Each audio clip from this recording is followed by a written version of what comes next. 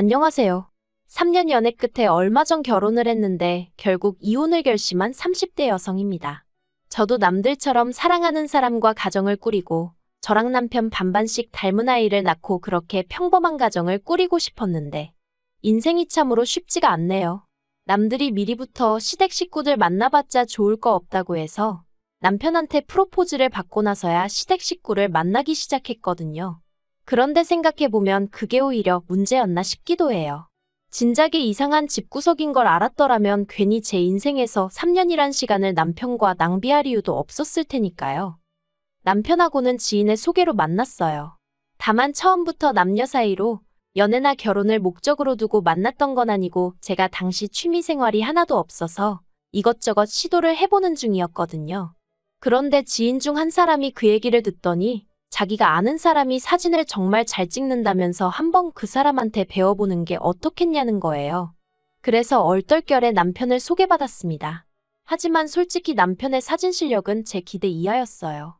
못 찍는 건 아니었지만 우와 대단하다 소리가 나올 정도는 아니었거든요. 그런데 사진 실력과는 별개로 남편하고 말이 잘 통했어요. 소위 쿵짝이 잘 맞았다고 해야 할까요? 그래서 사진을 핑계로 남편이 저에게 먼저 데이트 신청을 했고 저는 못 이기는 척 그런 남편과 약속을 잡았죠. 그리고 2달 이후엔 정식으로 사귀는 사이가 되었고요. 사귀는 동안 서로 가족 이야기를 한다거나 그런 일은 거의 없었어요. 사실 남편이나 저나 직장 생활로 바쁘다 보니 일주일에 한두 번 보는 게 전부였고 그 시간도 그다지 긴 건 아니다 보니 서로에게 집중하기 바빴지. 그 외에 관한 것은 그다지 궁금해하지도 묻지도 않았거든요. 하지만 작년 늦가을 남편에게 프로포즈를 받으면서 처음 시부모님을 만나게 되었네요. 시부모님에 대한 첫인상은 솔직히 그다지 좋을 것도 나쁠 것도 없었습니다. 일단 제 스스로가 워낙에 긴장을 많이 했던 탓에 제가 어떻게 보일지 대답은 잘하고 있는 건지 그쪽으로만 신경이 쓰였거든요. 다만 어머님 아버님 2분 사이가 그다지 좋은 것 같지는 않대요. 그리고 역시나 제 예상대로 집에 돌아오는 길에 남편이 말하길 실은 아버님이 젊은 시절 어머님 속을 많이 썩이셨답니다. 사업도 3번이나 망하셨고 그 와중에 바람까지 펴서 어머님이 마음고생을 많이 하셨다는 거예요. 이미 다 지난 과거라며 별일 아니라는 듯 이야기를 하는 남편에게 차마 놀랐다는 반응을 보일 수가 없어 짐짓 저도 그렇구나 하고 아무렇지 않은 척은 했지만 솔직히 당황스러웠던 게 사실이에요. 아들은 결국 아버지를 닮게 돼 있다는 말도 생각나고 하지만 그때는 그래도 제 눈에 콩깍지가 씌어있기도 했고 그간 지켜본 남편은 절대 그럴 사람은 아니라는 믿음이 있었거든요. 그래서 당황스러웠던 마음도 잠시 이내 별일 없었던 듯 결혼 준비를 이어나갔죠. 상견례는 제가 시댁에 인사를 드리고 온 뒤 1달 반 만에 이루어졌습니다. 장소는 시댁과 저희 집 중간에 위치한 한정식 집이었고요. 원래는 호텔 중식당에서 하려고 했는데 시부모님께서 장소가 저희 집에서 더 가깝다는 이유로 기분 나쁜 티를 내셔서 그냥 중간에 위치한 그저 그런 한정식 집에서 할 수밖에 없었네요. 게다가 상견례가 시작되고 얼마 되지 않아 서로 가벼운 대화가 오가기도 전에 시부모님께서 다짜고짜 저희 집에선 얼마나 지원해 주실 수 있냐고 한 2억쯤 가능하냐고 물으시대요. 어차피 오갔어야 할 대화이긴 했지만 그래도 뭐랄까 별로 보기에도 듣기에도 좋진 않았죠. 아무튼 아버님이 자꾸 2억 이야기를 하셔서 친정아버지가 그럼 우리도 2억을 해주겠다고 그렇게 얘기가 마무리되었어요. 그런데 신혼집을 구하는 과정에서 당혹스러운 일을 겪게 되었습니다. 분명히 상견례 자리에서 먼저 2억 타령을 해대신 아버님께서 말을 바꾸셨거든요. 무슨 말장난하는 것도 아니고 당신은 저 아버지한테 그냥 물어본 거지 당신이 2억을 해주겠단 소리는 아니었다나요. 어이가 없어서 제가 남편을 통해 아무래도 오해가 있었던 것 같다. 그러면 정확히 얼마를 해주신다는 이야기냐 여쭙습니다. 그리고 남편이 전해온 아버님이 대답은 정말 할 말을 잃게 만들더군요. 저희가 당신한테 돈 맡겨뒀냐고 얼마를 해주건 감사합니다 하고 받으면 되는 거지 벌써부터 자식들이 부모 재산을 가지고 묻고 따지고 하느냐고 괘씸하다 하셨다는 거예요. 그래서 친정에다 이 이야기를 그대로 전하니 친정 부모님이 뭐 그런 집구석이 있느냐고 결혼이고 뭐고 없던 걸로 하라셨습니다. 그래서 실제로 제가 남편에게 우리 부모님도 마음이 많이 상하셔서 당분간 결혼 이야기는 없던 걸로 하는 게 좋겠다 했어요. 그랬더니 남편이 그게 무슨 소리냐며 그제서야 자기가 시부모님이랑 제대로 단판을 짓고 오겠네 어쩌겠네 하더니 그렇게 해서 지원을 받기로 한 게 4천만 원이었습니다. 솔직히 시부모님 말씀대로 4천만 원을 해주시건 400만 원을 해주시건 그저 고맙습니다 하고 받는 게 틀린 말은 아니죠.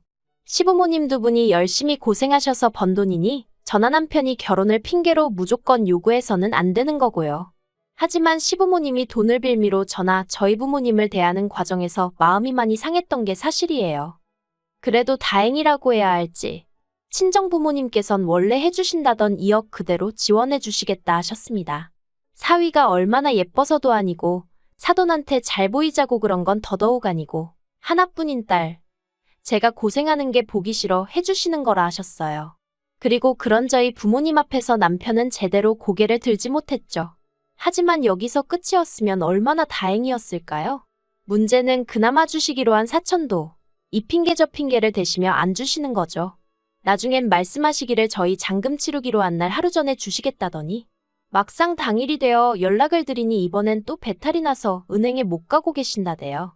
그리고 남편도 답답하고 하니까 그럼 어떡하냐고 볼멘 소리를 한 모양이던데. 그걸 빌미로 막대 먹었다고 끝까지 돈을 안 주셨어요.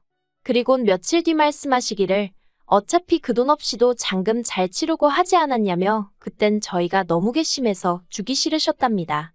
그리고 이제 어느 정도 상황이 해결이 되었으니 그 4천을 1억으로 불려서 다음에 이사 갈 때 주시겠다는 약속을 하시더라고요. 당연히 믿음이 갈 리가 없었죠. 그래도 제가 파혼을 하지 않았던 이유는 딱 하나였어요. 매번 그럴 때마다 남편이 정말 죽을 듯이 저에게 미안해했거든요. 자기가 중간에서 역할을 제대로 못한 탓이다. 자기도 자기 부모님이 저렇게 쉽게 말을 바꾸시는 분들인 줄은 몰랐다. 어쨌든 미안하다. 그리고 저희 친정부모님한텐 또 엄청나게 깍듯하기도 했어요. 사실 저희 친정아버지가 저를 무척 예뻐하시긴 하셨지만 늘 아들 하나 있었으면 하시는 걸 알고 있었거든요. 그런데 남편이 나름대로 싹싹하게 저희 아버지 기분도 맞춰드리려고 하고 그런 모습을 보니까 저도 어머님 때문에 화가 나고 속이 상해도 모진 소리는 못하겠더라고요. 그리고 저희 아버지도 저한테는 남편 부모님이 이상하다며 욕을 하실지언정 자식이 부모를 선택한 것도 아니고 저희 시부모님이 그 모양인 게 남편 잘못은 아니지 않냐 하시며 정작 남편한테는 싫은 소리 한마디 안 하시대요. 아무튼 그래서 결국 어찌저찌 결혼까지 하게 되었죠. 그런데 이달 초에 있었던 아버님 생신을 계기로 결국 남편과 헤어지기로 마음을 먹었습니다. 이걸 어디서부터 어떻게 말을 꺼내야 하나 싶은데 사실 아버님 생신을 앞두고 남편한테 보통 어떻게 축하를 하냐고 물어봤었는데 그 내용이 충격적이었어요. 저는 그냥 가족끼리 모여서 식사하고 선물 주고받고 뭐 그 정도 생각하면서 올해 음식 정도는 내가 하면 되려나 싶었거든요. 그런데 그게 아니라 매년 아버님 생신이 되면 아버님 형제분들이 전부 다 시댁으로 모인다는 거예요. 그리고 그 많은 손님 대접은 전부 어머님이 하신다고요. 그래서 제가 남편더러 그러면 어머님 생신 때는 아버님이 그렇게 챙겨드리냐? 어머님 형제분들이 다 오시는 거냐 하니까 약간 허점을 찔린 듯한 표정을 짓더니 그건 아니고 아버님 생신 때만 그렇게 한다는 거예요. 좀 황당하더라고요. 그래도 뭐 평생을 그렇게 해왔다 하고 어머님이 별 말씀 없으시다 하니 제가 이러쿵저러쿵 할 건 아니다 싶어서 더 말은 안 했지만요. 그런데 남편이 말이 나왔으니 말인데 이제 어머님 대신 제가 아버님 생신을 그렇게 챙겨드리면 좋을 것 같다는 거예요. 그래서 제가 싫다고 했습니다. 어머님이야 어머님 남편이니까 그렇게 해드렸는지 몰라도 나는 그렇게까진 못한다고요. 그랬더니 남편이 이내 또다시 당황한 표정을 하더니 그러면 저더러 어머님이랑 얘기를 한번 해보라는데 도대체 뭘 이야기를 해보라는 건지. 아무튼 더는 왈가왈부하기 싫어서 일단 알겠다고 하고 넘겼네요. 그리고 아버님 생신을 이틀 앞두고 어머님께서 전화를 해오셨습니다. 저더러 아버님 생신인 건 아냐 그러시길래 안다고 했더니 그런데 어째서 가타부타 말이 없냐 하시더라고요. 그래서 제가 남편하고 상의하셔야 하는 거 아니냐고 물었어요. 사실 그렇잖아요. 아버님 생신이면 어머님하고 아들인 저희 남편이 상의를 하면 될 일이지.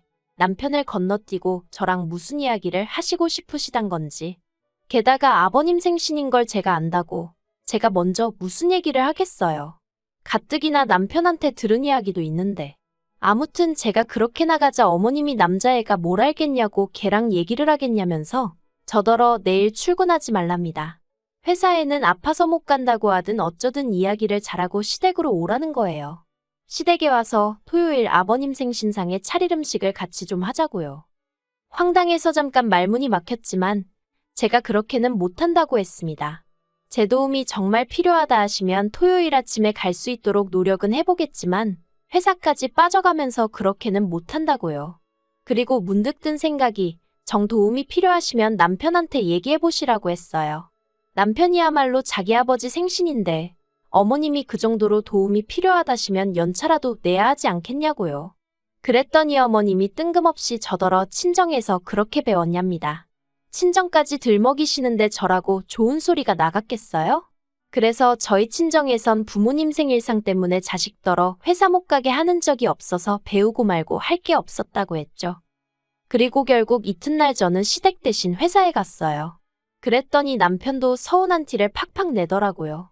점심시간에 통화를 하는데 자기가 어머님이랑 통화를 했는데 혼자 음식하시느라 정신이 없으시더라. 날도 더운데 정말 고생하시는 것 같다. 제가 도와드렸으면 정말 좋아하셨을 거다. 듣다가 너무 짜증이 나서 제가 남편더러 그러니까 당신이 총대 메고 나서서 이런 거 이제 하지 말자고 말씀드리라고. 무슨 형제분들까지 다 불러서 생신 축하를 받으시냐고. 어머니 고생하시는 거 안 보이냐고. 아들로서 그 정도 말은 할 수 있지 않냐 했어요.